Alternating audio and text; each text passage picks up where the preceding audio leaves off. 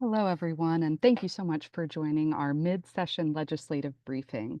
We are so glad to have all of you with us this evening.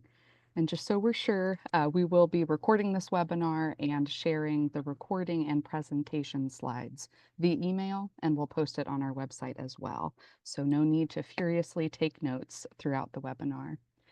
And one last quick bookkeeping note, we are finishing this webinar with a question and answer session. So if questions come to you as folks are presenting this evening, please use the Q&A function to type in your questions. But do be patient with us because we are going to wait until the end of the webinar to answer those questions. Thank you so much, and next slide, please. My name is Kelly Hammond, and I'm so excited with the great group of CACers that we have this evening.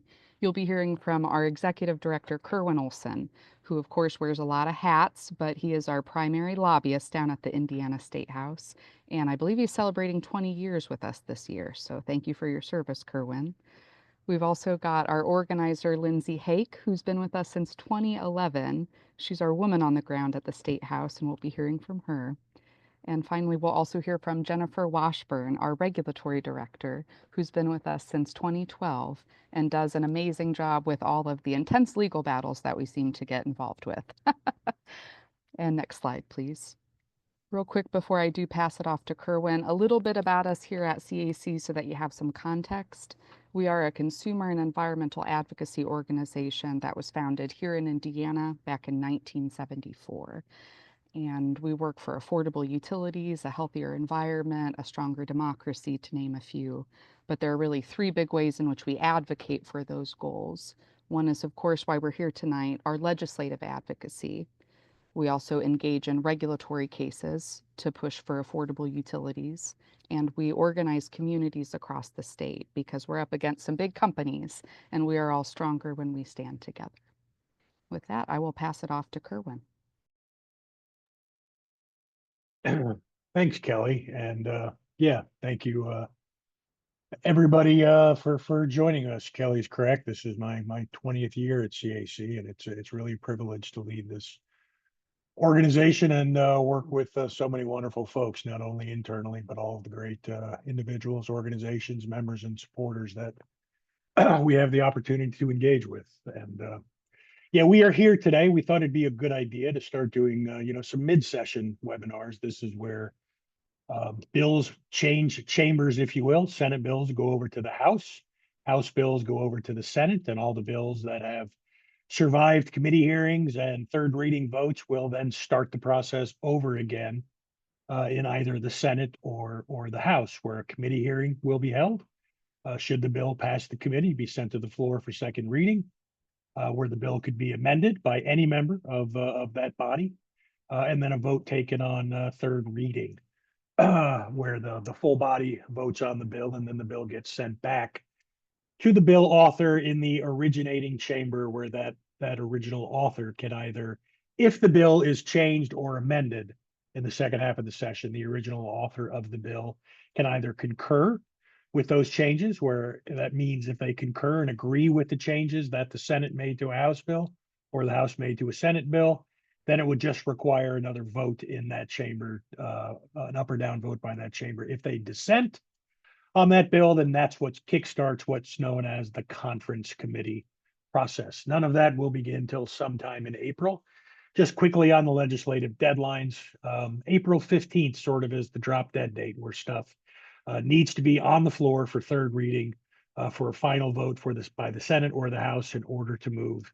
And then we could have potentially up to 9 days of the very opaque process known as conference committee, with the final fall of the gavel, otherwise known as sine die, being required by no later than Tuesday, April 29th. Next slide, please.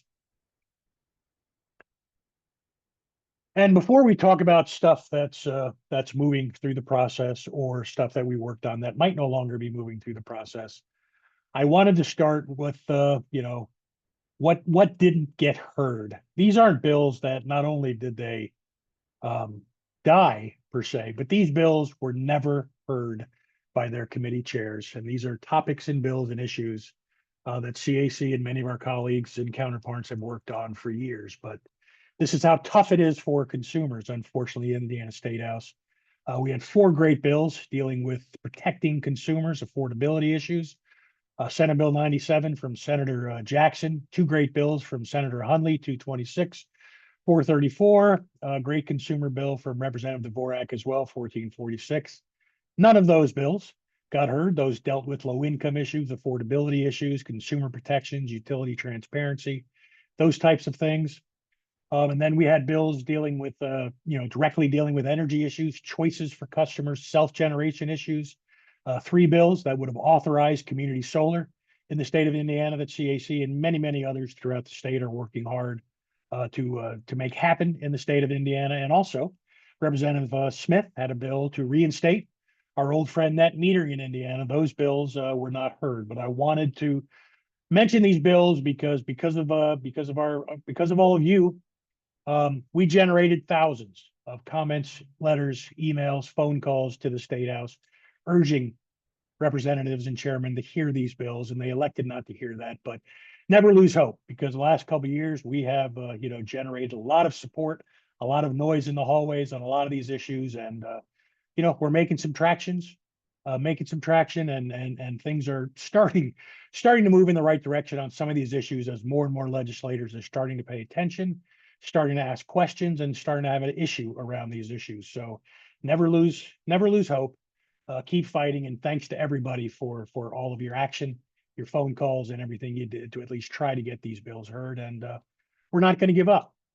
And with that, we'll dive directly into the session, and we're going to start with Lindsay to talk about some issues. Hi, everybody. Nice to see you all. Thank you for coming. And we're going to start off with bad legislation.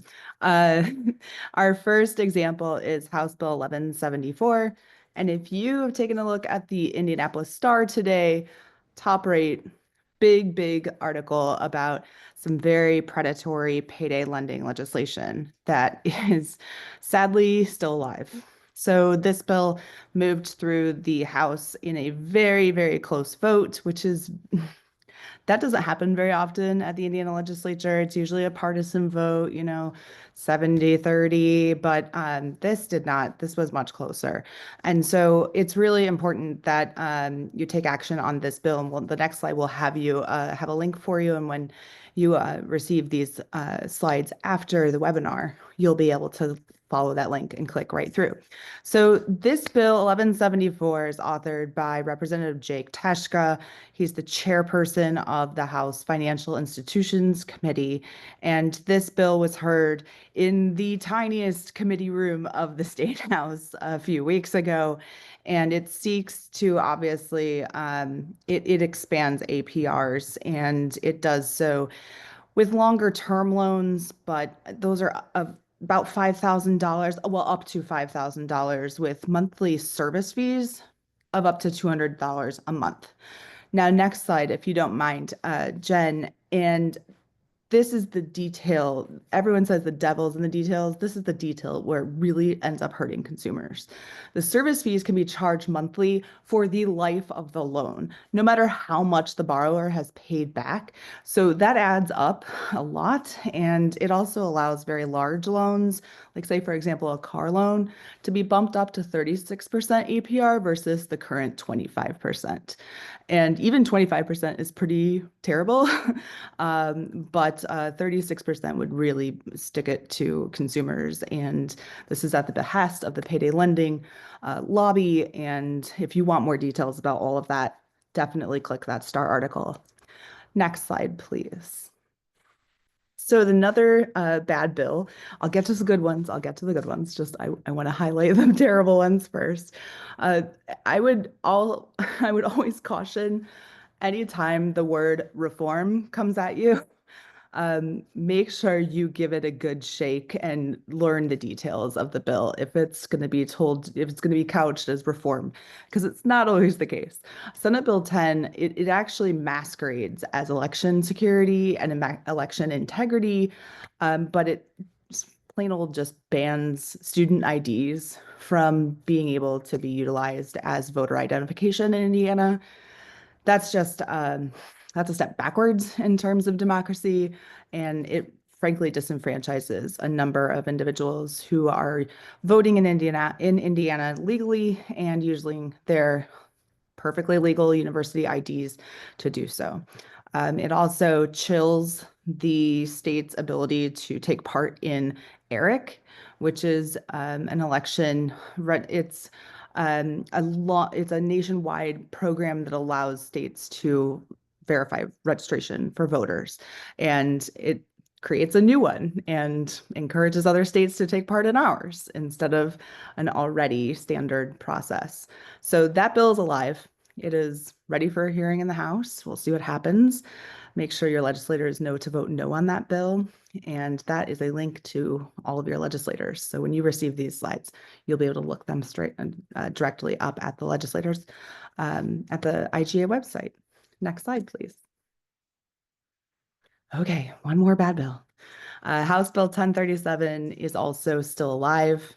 This bill is a no more stringent than bill. You may have heard of legislation like this before that essentially bars a local municipality, any type of local governance, to have legislation, or excuse me, to have regulation that is stronger than that of the federal basic standard. And that is exactly what we're doing here with stormwater management. So say, for example, you've got territory down in southern Indiana, where I'm originally from, where you have lots of karst topography. This would essentially bar the local municipality from enabling any type of legislation to more stringently than the federal standard guide those stormwater policies.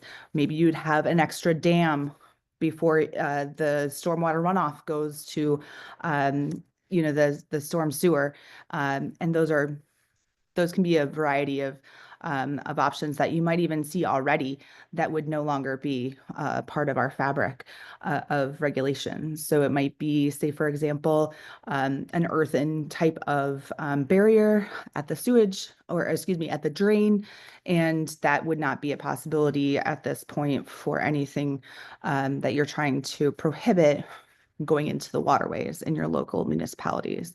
So that bill is at the behest of the building and, well, frankly, the construction lobbies, and sadly is on its way to the Senate to get a hearing there. It received a number of no votes. It also was very partisan in committee as well. So I'm hopeful that there's a chance to kill this, but we will see. They certainly won't kill it unless you take action. So make sure you also follow that link. All right, next slide, please. Oh, one more bad. Senate Bill 284. Now, there's good news with this bad bill, though. This bill actually died last week. This bill reduces from 28 days to 14 days for early voting. Now, many of you know that many of you count down those days that you can early vote before the election, and you make sure all your plans, your voting plan is in place before elections to make sure that you will not have to stand in line and go through all that drama, and you can vote really conveniently. Well, this bill would absolutely turn that backwards and decrease the number of days by half to 14. Now, this was so unpopular. This bill was so unpopular that it died on the calendar. It was not heard. It was not called down by its author. They'd received so many emails about it. And it's important that even though the bill is dead now, you could still tell your legislators to not enable any legislation like this to move forward, because it's not technically dead until the session is over on April 29th. So good news for now, but make sure you read all those action alerts from CAC and other organizations that follow this type of legislation to make sure you can take action really quickly if needed. Next slide, please. Okay, so I do not have this as bad or good, but I'm going to tell you a good portion of the House budget. All the biennial budget for the state of Indiana is in House Bill 1001. This is authored by the House side, and then it will go to the Senate side, and it'll come back, and it will likely have a conference committee it starts out bipartisan and all equal, but that will change.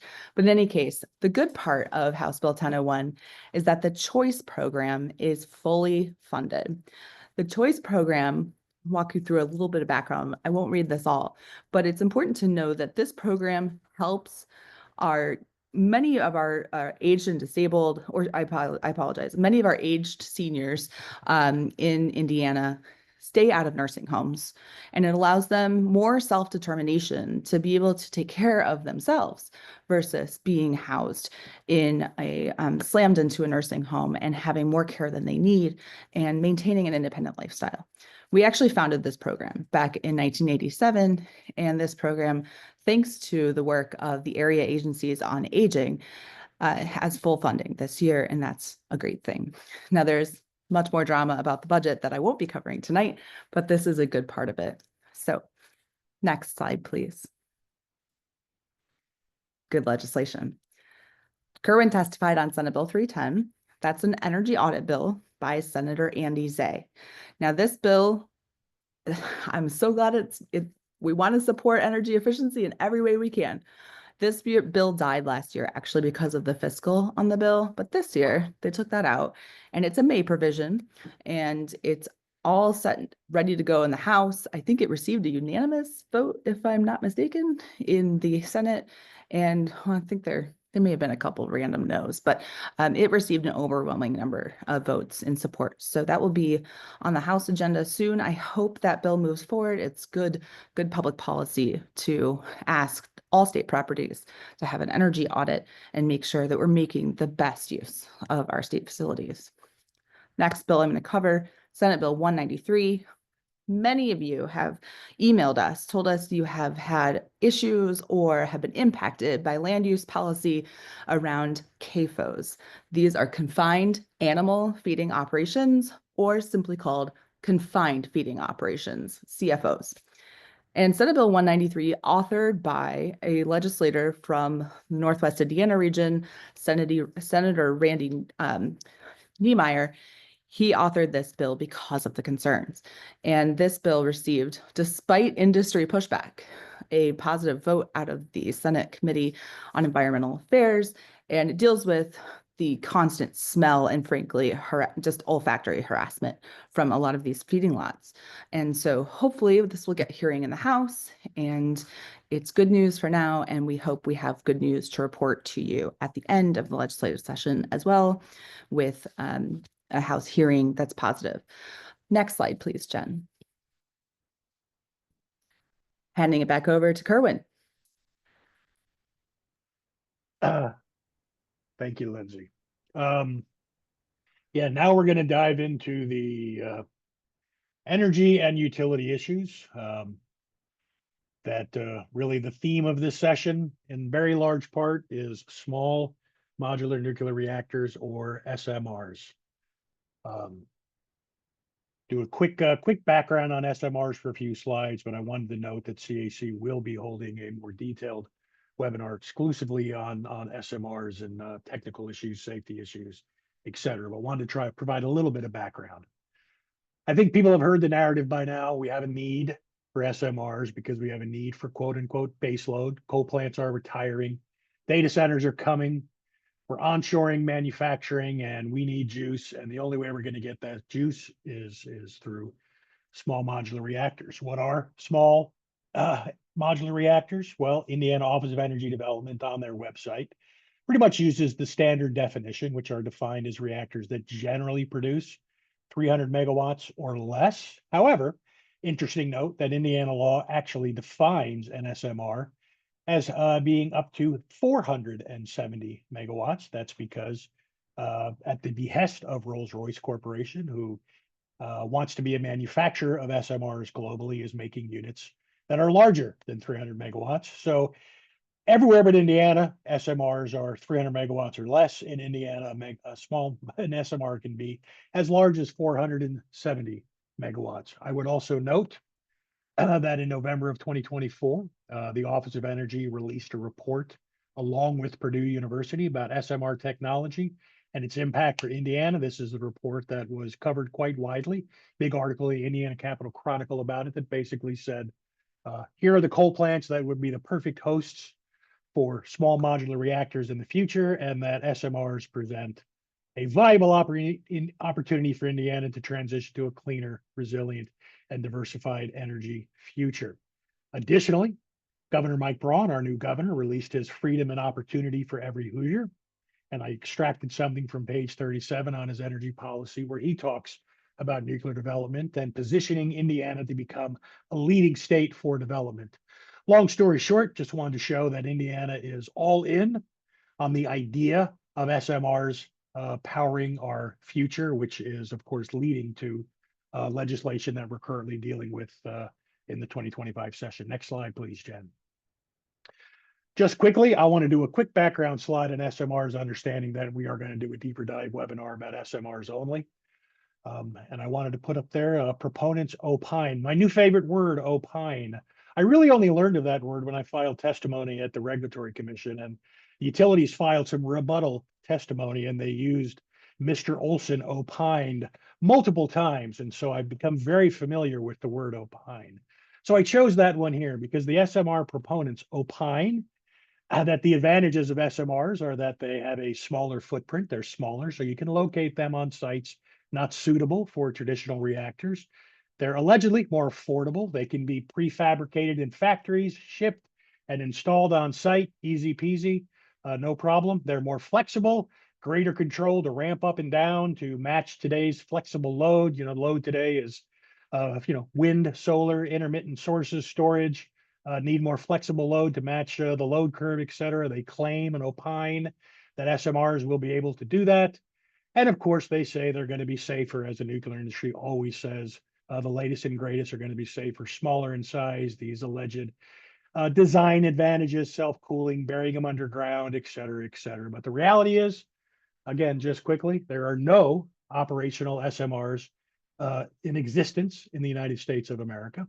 There was a very highly touted pilot project in Idaho between the DOE and some municipal utilities in Utah that was expected to come online in 2029. Matter of fact, the Office of Energy website still has that on there, that this pilot project is supposed to come online in 2029, but it's been canceled due to significant cost increases, with estimates ballooning from $3 million to upwards of $9 billion. Those utilities did not want to take that risk. That project was canceled. Many experts out there are highly skeptical of claims. These are less mature designs, materials not readily available, untested technology, regulatory corner cutting, et cetera, et cetera. Not to mention, there are cheaper, cleaner, off-the-shelf technologies available today that meet our needs between wind, storage, solar. I mean, even natural gas comes in a lot cheaper than nuclear power. And let's not forget our old friend, energy efficiency. It's energy efficiency first. The cheapest kilowatt hour we can generate is the one that we don't use. And heavens knows we have a lot of opportunity with building envelopes, appliances, and other things to significantly reduce our energy consumption. And we at CAC believes that always comes first, and that's where we should start. Not to mention the other realities of SMRs is that they are nuclear reactors. Nuclear fuel cycle, still no solution for the waste. Extraordinary amount of water usage. I believe our friends at EWG estimated that a 300 megawatt SMR operating at 90% would consume upwards of 160 to 190 million gallons of water a day. So these really are the same issues with waste, water, inflexible, so on and so forth. Next slide, please, Jen. Now let's get to the bills. This year we have what CAC considers to be potentially one of the most egregious trackers, if you will, or bill riders that we've ever seen. And unfortunately, this tracker, for whatever reason, appears in 3 different pieces of legislation, virtually the same identical language. This tracker is included in Senate Bill 423, Senate Bill 424, and House Bill 1007, which is a behemoth of a bill. And we'll talk more about the other components of House Bill 1007 after we talk about the SMR tracker that is included in all 3 bills. What is this tracker I'm talking about? This tracker is for what's known as project development costs, or stated otherwise, pre-construction cost. I've listed the definition directly from the bill on the slide in front of you. Those are the things that are included in project development costs, and utilities can recover costs that have been incurred or reasonably estimated to be incurred, because we all trust utility companies when it comes to their estimates about how much things are going to cost. Thinking Edwardsport, everyone, with a wink and a nod. But these are the things that they can include in terms of these project development costs. And one thing I would note that's a little disturbing is the fifth bullet down, the equipment procurement costs. Meaning, what does equipment mean? Could that mean a small modular reactor itself, that a utility could purchase a small modular reactor, track those costs under project development costs? Other components of the bill of the tracker we find extremely troubling. A utility can petition the commission, file at the commission for approval to incur these costs before they've even obtained approval for building an SMR project at a site. They're just thinking about maybe filing for approval. They can get approval to recover project development costs should these bills become law. Of course, the bill also compels the commission. The commission shall approve the recovery of the project development costs. Of course, there's all the caveats they add in there, to steal one of Lindsay's words, that masquerade as consumer protections, really lawyerly words like reasonable, prudent, those type of things that lawyers make a lot of money arguing about in court. But they put that stuff in there to give you some sort of confidence that the consumers are protected. But the reality is, if the utility checks all those boxes, which generally they usually do, the commission shall approve. Again, cutting the knees off from the commission, not allowing the commission to do their job and regulate these investor-owned utilities. And they can approve recovery of those costs through what's known, as I've underlined it there, a periodic rate adjustment mechanism. Just so folks are aware, that's legal speak, Indiana code speak for a tracker. A tracker is a periodic rate adjustment mechanism. And to be fair, 80% of the costs of whatever these project development costs may amount to are recoverable through the tracker, meaning they can immediately start collecting those costs on your utility bills. And this is where they will say that utilities have some skin in the game or some risk, but they have to defer 20% of those costs until their next base rate case. But you still got to pay for them. Utilities really have no skin in the game. 80% they get up front, 20% they get a little IOU from customers, and they'll collect those costs later in your utility bills in their base rates. Reality is customers are going to pay 100% of these project development costs. Next slide, please.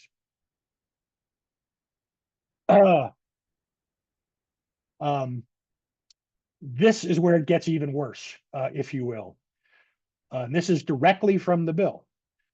Project development costs that are incurred may still be recovered for a project that is canceled or a project that is not completed. And we're talking about upwards of hundreds of millions, potentially billions of dollars, should a small modular reactor actually be procured by a utility and then the project canceled later. But utilities not only can collect these costs just for thinking about potentially filing for approval of a small modular reactor, but if they decide that they're not going to file, or if they wind up canceling the project or the project does not get completed, they can still recover those costs. Again, buzzwords masquerading as consumer protections if those costs are reasonable, necessary, prudently incurred. Some of my least favorite words in the dictionary. Then here's another item in the bill that they will utilize to say there's some level of consumer protections there in regulatory review. They can recover those costs without a return, meaning they can recover the capital, but not necessarily a return on that capital, unless the commission also makes the following findings. Again, that the project was canceled, prudently made for good cause, that the project development costs incurred will be offset. Again, I underlined as applicable. Again, big out for smart lawyers and smart experts.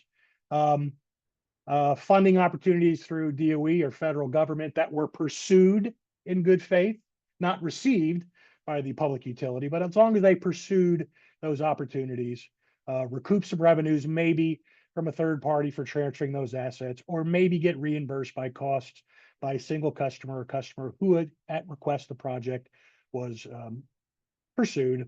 And then my favorite, number 3, that not giving them a return would somehow harm the public utility and its customers.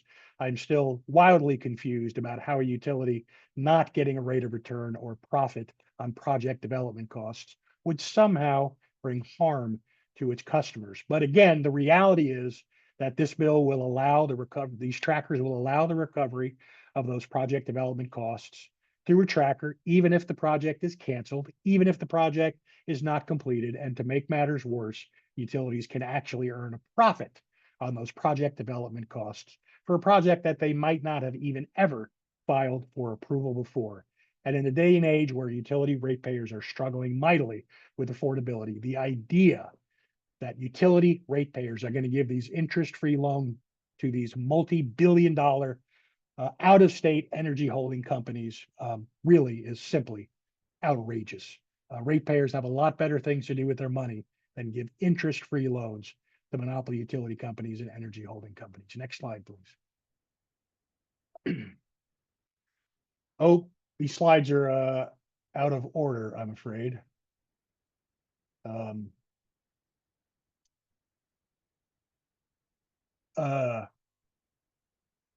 I'm a little confused. Sorry, Kelly. Okay, I'll just take them as they come. No problem. Senate Bill 423. This was supposed to come after I talked about the specifics in each bill and the slight differences between each bill. However, Senate Bill 423, we'll get to that slide at some point, is the slide about SMR pilot projects. Been asked a lot about SMR pilot projects. And SMR pilot projects, number 1, I'll speak to the slide on the screen. Sorry about this, folks. Defines, number 1, eligible partners for participation in this pilot project, if you will. And here are the partners that the bill defines. Number 1, an eligible utility. That would be one of the investor-owned utilities. Number 2, a customer or a person that would like to use the electricity generated by an SMR in the program, or not necessarily use, but host the SMR on their premises. Number 3, an eligible partner could be a capital partner, third-party investor. That's basically a financier or a bank. 4 and 5, military installation as defined in one portion of Indiana code. That's generally, we believe, to be Crane Naval Center down there south of Bloomington. Or number 5, a reuse authority, which effectively is a Newport Depot out near Terre Haute. So clearly, Crane and Newport Depot are looking at potentially hosting an SMR in the future. Another potential partner would be a manufacturer of SMRs, hint, hint, Rolls-Royce, located here in Indianapolis. Or number 7, a state educational institution. We're talking Purdue, we're talking IU, we're talking Ball State, but I think everybody knows about Purdue's interest in an SMR nuclear power. And what this means is these are partners that could develop a pilot project, and then that eligible utility would be allowed to use that SMR tracker to track those costs. Next slide, whatever slide that may be. Okay, I will. Not sure what you want to do here, folks. Jen, why don't you do your thing, and then I'll go back. Gonna kick it to Jen now to talk about the other portions of House Bill 1007 that do not deal with SMR costs. Take it away, Jen. Thanks, Kerwin. House Bill 1007, as many of you are likely aware, is really attempting to address the enormous load growth in Indiana that we are seeing from these hyperscaler data centers, which are some of the most energy intensive facilities in the world, with artificial intelligence, AI being the primary driver.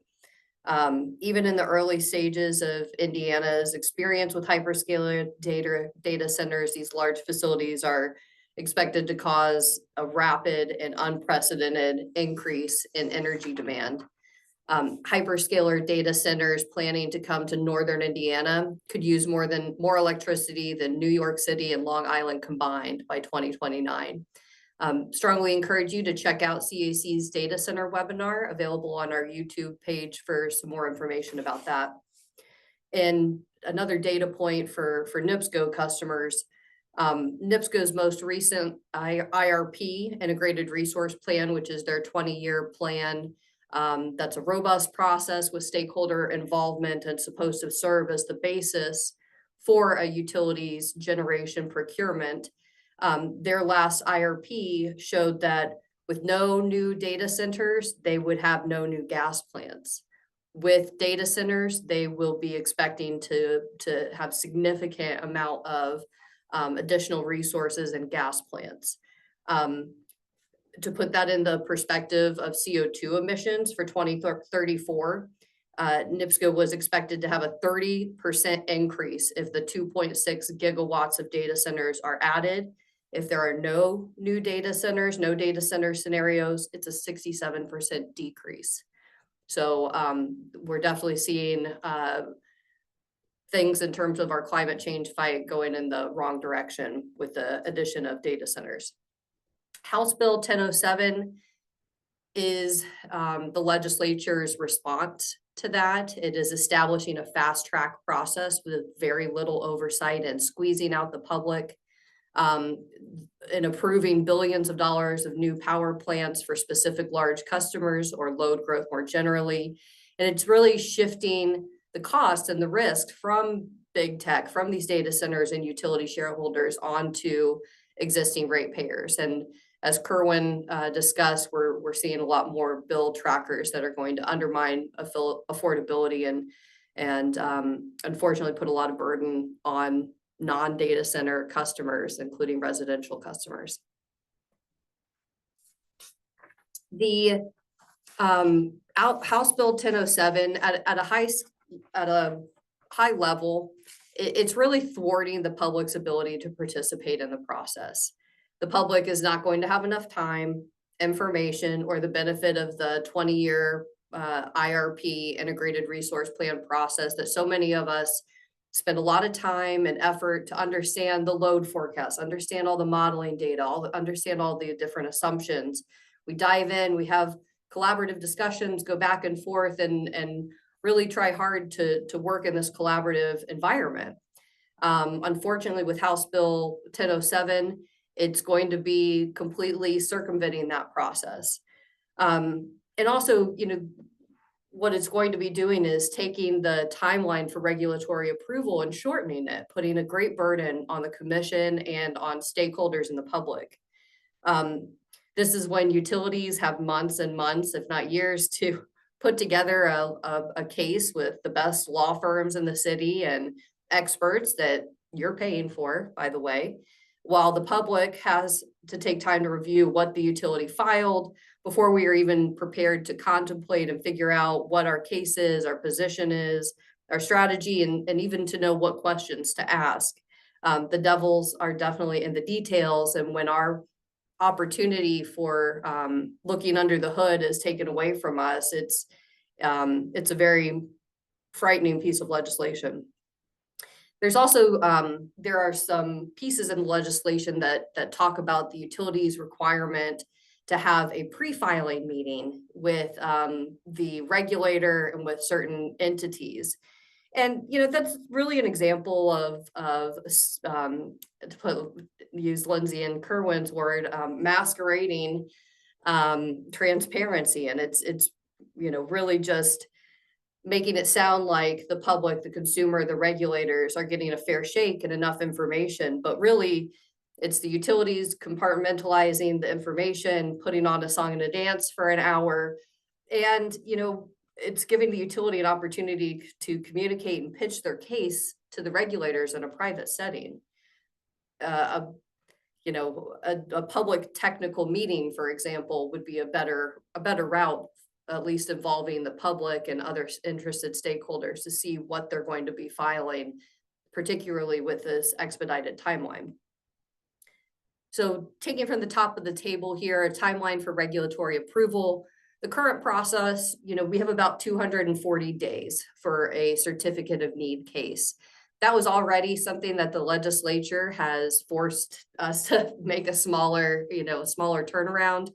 And it's already a stretch to get the information that we need, ask questions of the utility, put together our case, and then for the commission to put together an order and weigh all the evidence. 1007 requires that the commission issue a final order on the petition not later than 90 days after receiving the complete petition of what they're calling the EGR plan, the Expedited Generation Resource Plan.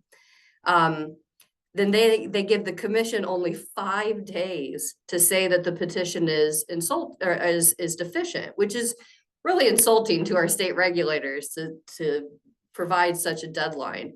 Lots of times in cases, parties and the regulators don't know that the information is incorrect or missing until we are weeks or, sometimes even a month into the case.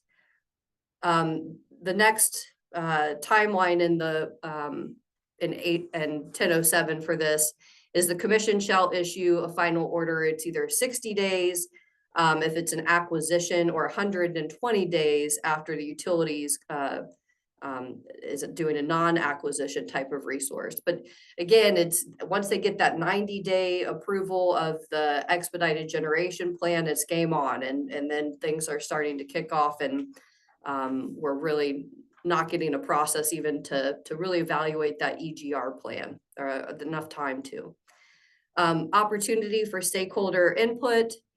Generally, again, with a certificate of need case, we have a timeline that affords us enough sufficient time. We have the IRP process that provides us a look under the hood to understand all of the assumptions, et cetera.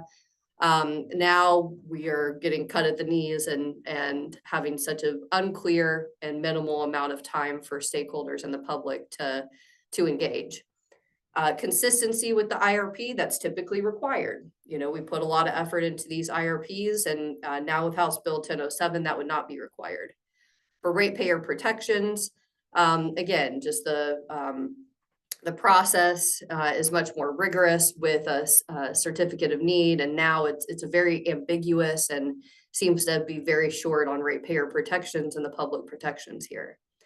Whether or not under the certificate of need, you must have IURC permission before you start construction. That is not the case under House Bill 1007.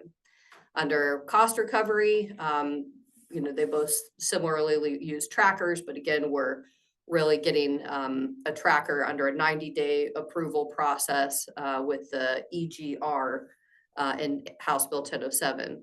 And then we have more discretion provided for the commission under the current process, and that's much more limited under House Bill 1007.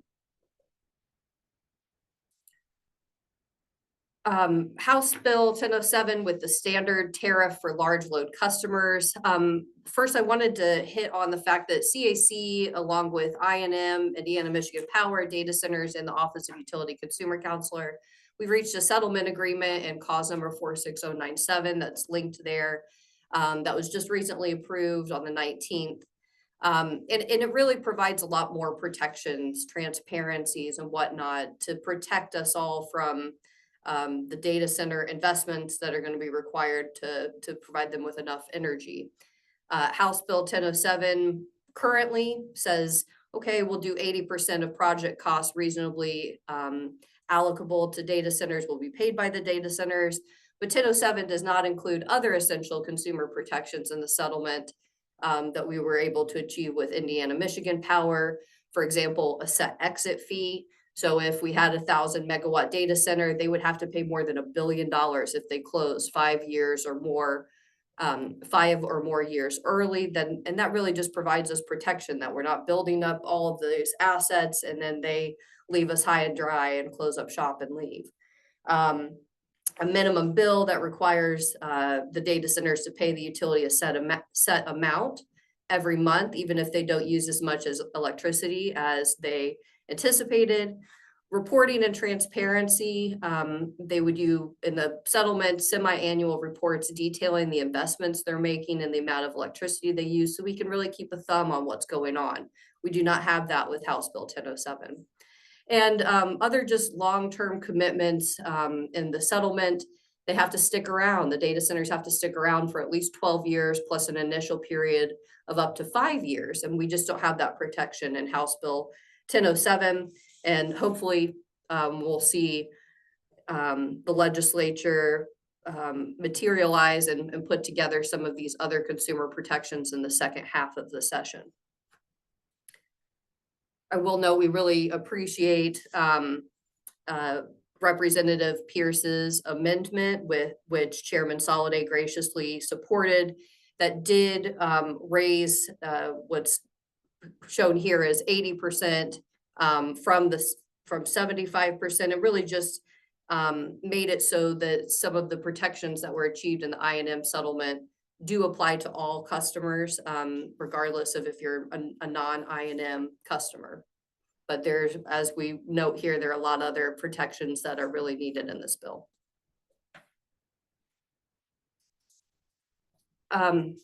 Another thorn of House Bill 1007 is resource retirements. Under the current process, the commission may launch an investigation when there is an announced resource retirement. A coal plant, for example, is going to be retired. It's reached the end of its useful life. And the IURC currently has the discretion to order the utility to acquire or construct additional resources. Now with House Bill 1007, it's requiring the utility to file for approval to retire a power plant. So it's really adding in this other layer of procedure that's really unneeded and it's unnecessary. And it's allowing the commission to prohibit a power plant from retiring or refueling. And we're worried that that could really stall the clean energy transition. Here's a list of some of the considerations that the commission could take into account as they are going through the process to determine whether or not a power plant can be retired. This is a visual here of the same item. You can see, so when a utility wants to refuel or retire, so refueling is changing that coal unit to a gas unit, the utility would submit an annual report. The commission staff provides recommendations and public comment. If there's no reliability concerns and no planned retirements, that's the end of the process. Here, if the IURC identifies reliability concerns or the report shows that a planned retirement is under 1 year, the commission shall launch an investigation. The utility could also request that the commission launch an investigation if the retirement is planned for under 3 years. And then after the investigation, the commission can either approve and allow the power plant to retire or refuel, or they can deny, which would then create a subdocket to let the utilities recover the cost of continued operations. Thank you, and I will kick it back to Kerwin. I am going to jump in really quickly. Jen, you've been doing such a fabulous job, but if you could stop sharing, I'm going to share mine because we've got that missing slide. Sorry about that, folks. And there we are. And there we are. Here we are. Groovy. Thanks, Kelly. Things were not out of order, folks. We just had a missing slide, so apologies for the slight hiccup. But now I can finish the conversation about that tracker and the differences between those three bills. Talked quickly a minute ago about the eligible partners included in Senate Bill 423, but Senate Bill 424 is merely just that tracker, which is duplicative of House Bill 1007. Don't quite understand the need for Senate Bill 424, but nevertheless, the only thing in that bill is that project development tracker. House Bill 1007, of course, is a behemoth with the tracker and everything that Jen just discussed. So it does have that same tracker that is in 424, but it also has, related to SMRs, a 20% Indiana state tax credit for the manufacturing of a small modular reactor in Indiana. Should be noted that's a non-refundable tax credit, but that's a significant amount of potential lost revenue for the state of Indiana, probably to the tunes of hundreds of millions, if not billions of dollars in lost revenues. And to connect some dots here with the previous slide about the eligible partners. Senate Bill 423 is slightly different. As Senate Bill 423 creates what's called the SMR pilot program. It has that same tracker, but that tracker would only be available for those pilot projects. And the IURC is only allowed to approve no more than 2 pilot projects at 2 eligible project sites. We talked about the definition of eligible partners, but eligible project sites are one of 2 things: somewhere in Indiana, or the site of an energy production or generating that supplies electricity to Indiana customers on July 1st, 2011. That is otherwise known as the DC Cook Power Plant in Brisbane, Michigan, owned by Indiana Michigan Power. So you can put it in Indiana, or you can put it up in Michigan at I&M's DC Cook plant.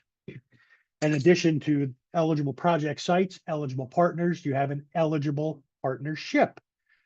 Group or entity, however organized, that consists of, here's the important part. Number 1, you must have 1 eligible utility. Why is that? Because they need ratepayer wallets as leverage to finance these things. If you don't have the eligible utility as one of your partners, guess what you don't have?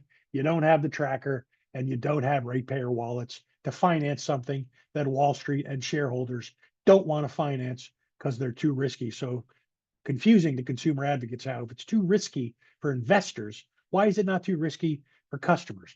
Nevertheless, eligible partnership is one utility with 1 or more of those other eligible partners. So for example, Duke could partner with Purdue. I&M could partner with Google. Duke could partner with Meta and Crane, so on and so forth.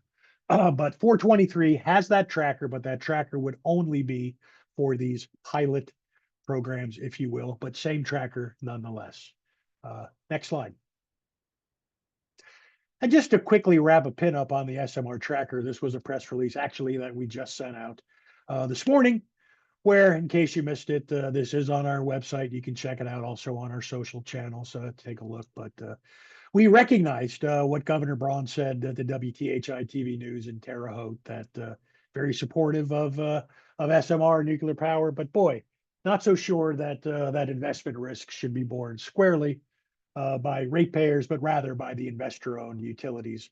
Some of that is going to have to be the risk that they take, he said. So we thought we would thank him for those comments, especially in the context of these bills moving through the legislative process. And hopefully the 3rd floor is listening to the 2nd floor, and we see a change in direction related to these bills. But anyway, this this was something that just happened today. We just sent this out today.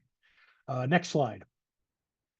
Now I'm going to talk, I see we're running up on time here, so just quickly about some of the other bills and issues that are right down there at the session. Siting. Everybody knows there's a lot going on related to siting of facilities, resources in Indiana, whether it's wind power, solar power, carbon capture and storage, pipeline storage well, hydrogen pipelines, SMRs, so on and so forth. There was the very controversial House Bill 1628 that would have effectively, as we've characterized it, eviscerate local control, if you will, over the siting or development of any what's called a multi-jurisdictional infrastructure project that dealt with generating electricity, distributing storage of electricity, gases, fluids, or water.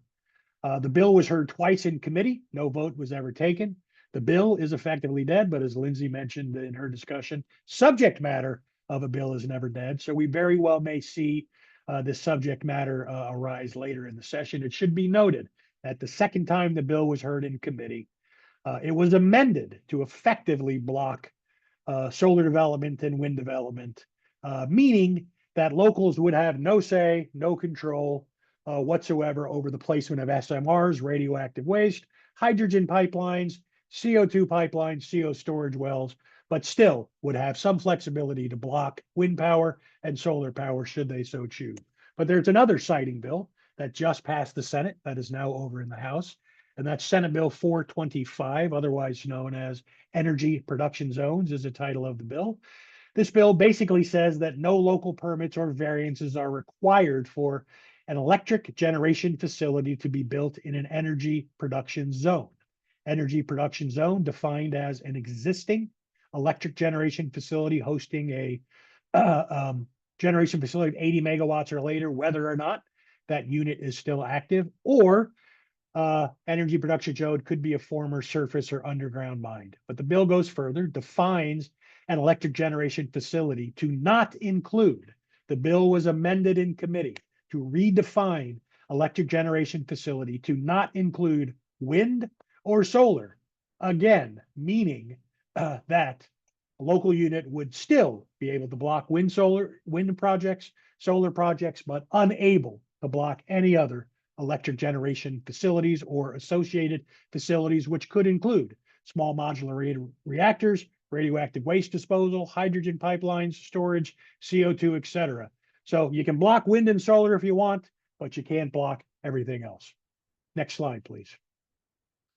Yeah, just quickly want to talk about some other energy bills of note that CAC has been tracking, testifying on, whatnot. A couple of bills on CCS that did move through the process. Senate Bill 457 is alive and well, barely passed the Senate, 27 to 21. Now it is in House Utilities. Representative Soliday, Chairman Ed Soliday of House Utilities, had House Bill 1579, which closely mirrored Senate Bill 457. And this bill, just to be clear, is mostly technical, although I would disagree that it's mostly technical, but based on previous legislations passed, it's mostly a technical cleanup bill to allow the Department of Natural Resources to finish writing rules. We have no current rules in the state of Indiana related to CO2 pipelines or CO2 dumps, otherwise known as CO2 storage wells. So they needed some technical fixes, some additional language to allow them to complete that rulemaking. That's what these bills are largely designed to do. However, it appears the House does not have the appetite to pass CCS legislation because despite House Bill 1579 passing the Utility Committee 11-2 and Ways and Means by 15-8, it did not receive a vote on the floor. Matter of fact, I don't believe it ever appeared on the House calendar to receive a vote. So interestingly, 1579 died. However, 457, which is effectively a companion bill, is alive and well and going to House Utilities. So it will be interesting to see what happens there. But folks should be aware, if language passes one chamber, that language is eligible to be inserted in a conference committee report later in the session. So even if 457 doesn't make its way through the House, that language is still alive and well to be utilized in a conference committee report in the last couple of weeks of the session, and CAC will be keeping a watchful eye on that. There was the widely covered Senate Bill 178, which of course initially defined natural gas and propane as a clean energy resource, which is ridiculous and absurd on its face. However, on the Senate floor on second reading, it was amended to include wind, solar, all the things you see there, to expand the definition of clean energy in Indiana, because where it was put in code basically would have meant that the only things the state of Indiana was defining as clean was natural gas and propane. And obviously CAC and others brought that to folks' attention and said, you might want to add some actual clean energy resources to Indiana's definition of clean energy.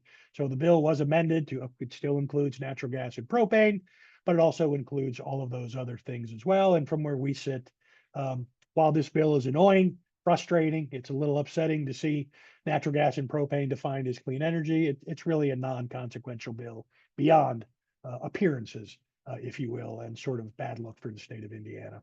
And then just real quickly, there was Senate Bill 422, which is, a decent bill in the sense of it requires some changes in the IRP process for the utilities, requires utilities to look at advanced transmission technologies. These are technologies that allow the transmission grid to increase its capacity to allow more energy to flow through the grid, improves resiliency, flexibility, if you will, with the intent of avoiding future transmission builds, future generation builds.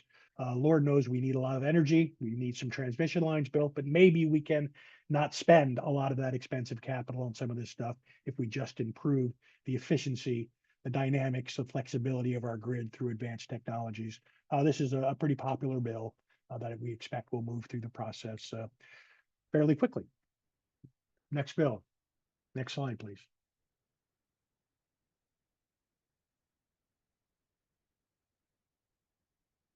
and then realize we're pushing up against it. Apologies, folks, but we have one water bill that I've received personally, and CAC's received quite a bit of calls about, and it's got quite a bit of media coverage. And it's a Republican caucus priority bill, Senate Bill 4, otherwise titled Water Matters, authored by Senator Eric Cook, chair of Senate Utilities, motivated by our old friend, the very controversial LEAP district, where it was learned that no permits required, no commission process was required for withdrawing tens of millions of gallons a day from a water aquifer and building a massive pipeline of dozens of miles.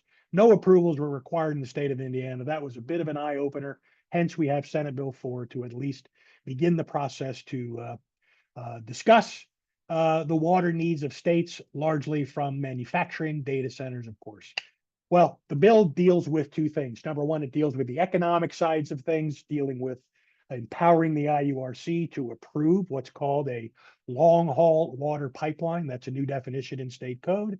That's a pipeline that will transport at least 10 million gallons per day and transport that water to a destination at least 30 miles away from the water source. There are, of course, as always, some exceptions to that. But generally speaking, the idea is if you're going to move 10 million gallons per day through a pipeline that's 30 miles or longer, then the IURC has to approve that. That makes sense because guess who pays for these pipelines that water utilities built? Ratepayers.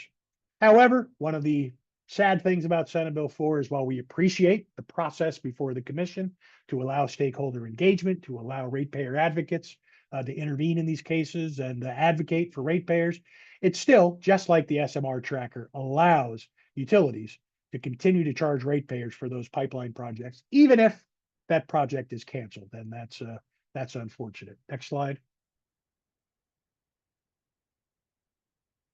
And then the other part of Senate Bill 4 deals with the DNR, Department of Natural Resources, and the actual water resources itself. And it, number one, defines a notable user as a person that uses an annual average of 30 million gallons of water per day.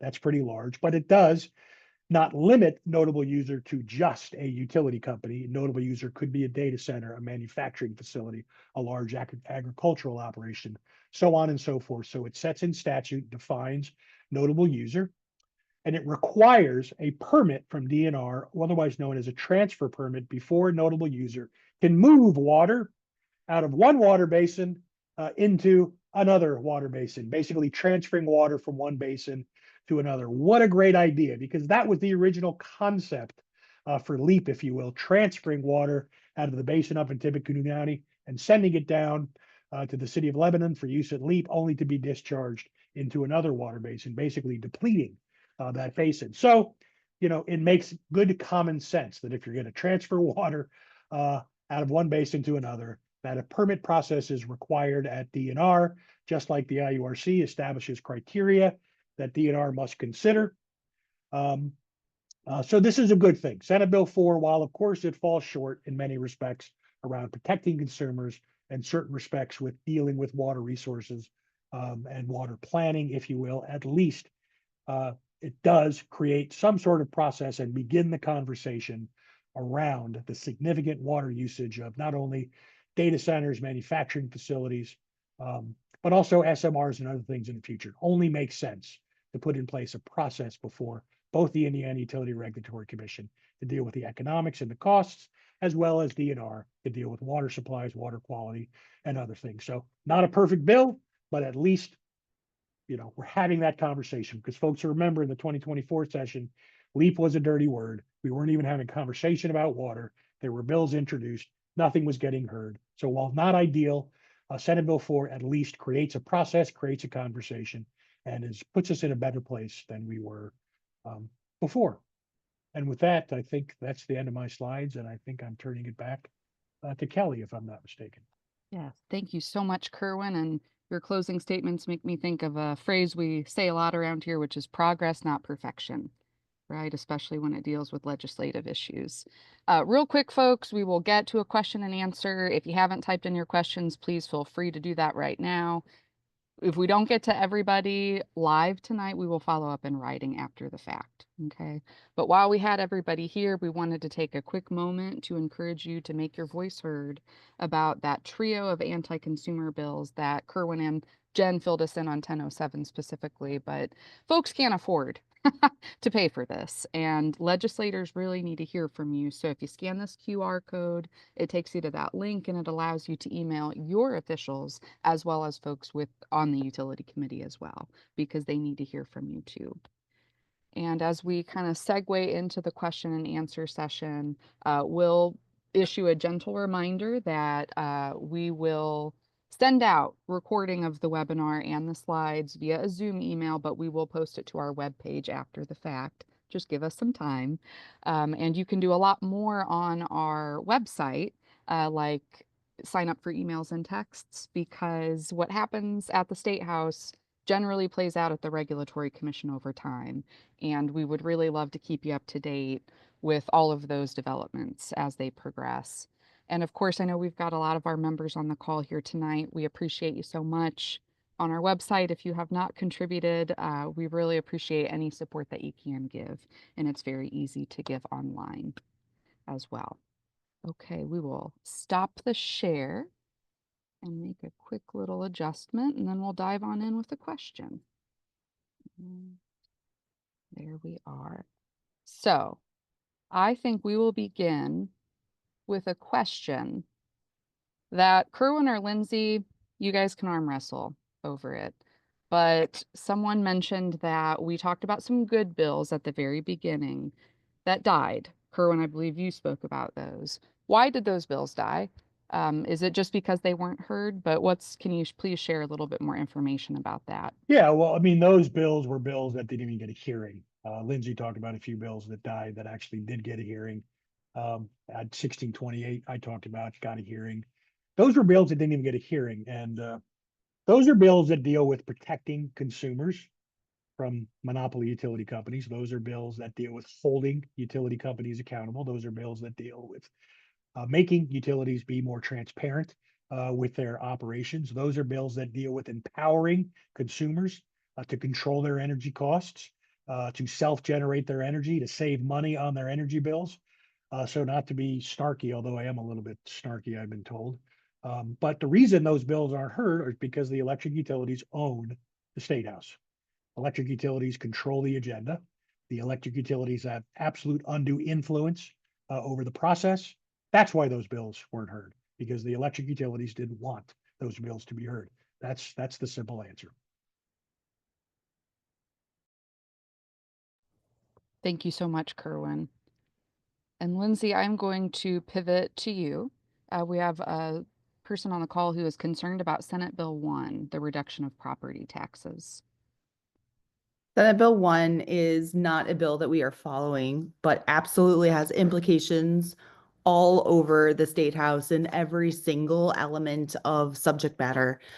And I would really caution, folks to be solely worried about Senate Bill 1, because many of these not utility bills, but pieces of legislation that we're discussing today will stand to impact your utility bills completely more than an increase in property taxation, even if you've experienced a $700 increase, which I think was an example that now Governor Braun used in his State of the State speech earlier this year.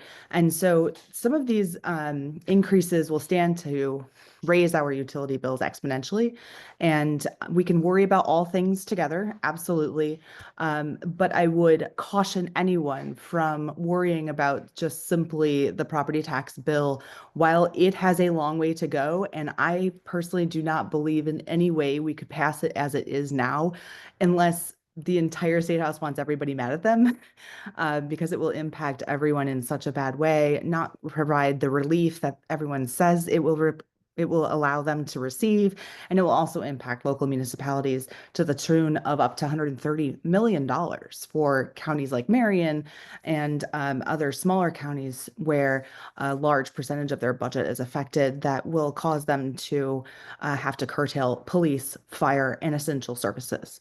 So absolutely worry about all of these bills, but keep in mind that the legislation we talked about this evening with regard specifically to utilities will absolutely outpace many of those increases that folks are seeing at home proposed on their pay 2025 tax bills.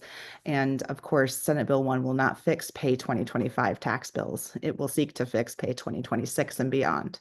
So just a little note for you. I know that may not be the answer you're looking for, but do pay attention to these utility increases because they'll outpace any exponentially increases that you'll see at home. Thank you so much, Lindsay. Kerwin, do you have anything to add on that? Sorry, Kelly. I hope I answered that question as well as we could.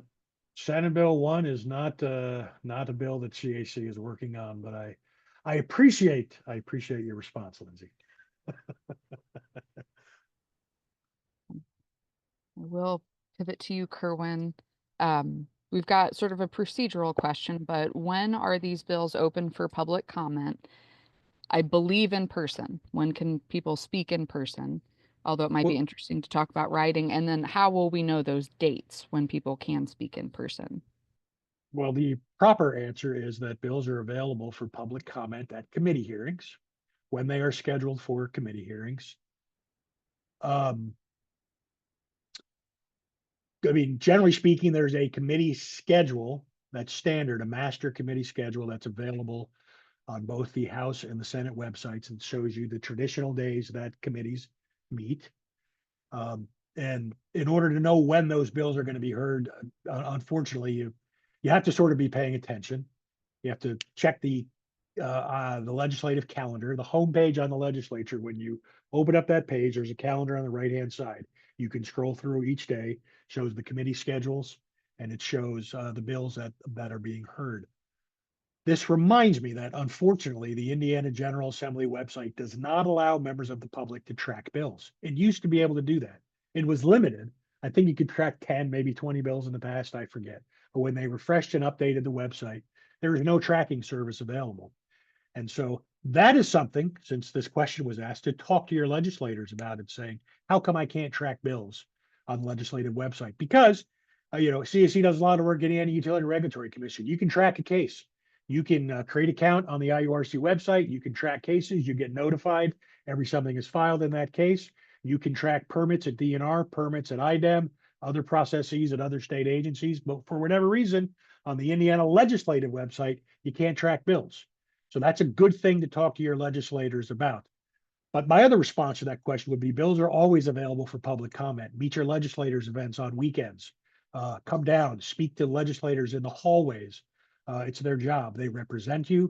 That building is a public building, and you don't necessarily have to wait for a committee hearing necessarily to voice your feelings, your thoughts on a bill. Pick up the phone, call your legislator, write an email, go to a meet your legislator event, or better yet, even come down to the State House, send a note in when they're sitting in the chamber, and call them out of the chamber and talk to them face to face. Thank you so much, Kerwin. And we are here at 7:15, folks, and I believe we're going to have to call it. And we so appreciate your time this evening, being with us throughout a big journey, because it's been a jam-packed legislative session so far, and we've got another half to get through as well. For those Hey, of Kelly, you, can I answer one of those questions I saw? have at it, sir. There was a question about Senate Bill 4 and its relationship to LEAP. And that is why I've been getting a lot of calls about Senate Bill 4. Senate Bill 4 does not exempt LEAP. Senate Bill 4, in its initial form, sort of implied that it exempted LEAP. CAC expressed concern about that, and most especially Senator Deary from West Lafayette expressed serious concern about that. He was the one no vote on Senate Bill 4 in committee. But I just want to be crystal clear, and apologies for interrupting you, Kelly, but Senate Bill 4 does not exempt LEAP. What Senate Bill 4 does exempt, Senate Bill 4 exempts the current agreement that Citizens Energy Group has reached with the City of Lebanon through the IFA and the Revolving Loan Fund. It does exempt that contract, the wholesale contract from citizens to the city of Lebanon, for the city of Lebanon to then use that water for LEAP, but also for economic development purposes and their own needs in the city of Lebanon. So it does not exempt LEAP, but it does exempt the contract executed, the wholesale water contract between Citizens Energy Group and the city of Lebanon. And that was it. I just want to answer that before we got off this webinar, Kelly. And now you can close. Apologies. No, we appreciate it. That was a great question. And all of them were great questions. And if we did not get to it live, we will follow up via email as soon as we are able. Just please give us some time. And again, thank you to everyone for joining us. Keep your eyes peeled on an email from Zoom with access to this recording, as well as the webinar slides, and then we'll post it on our Indiana General Assembly webpage as well. But we appreciate you. Stay tuned, and we'll look forward to the second half of the session. Thank you so much. Have a wonderful night.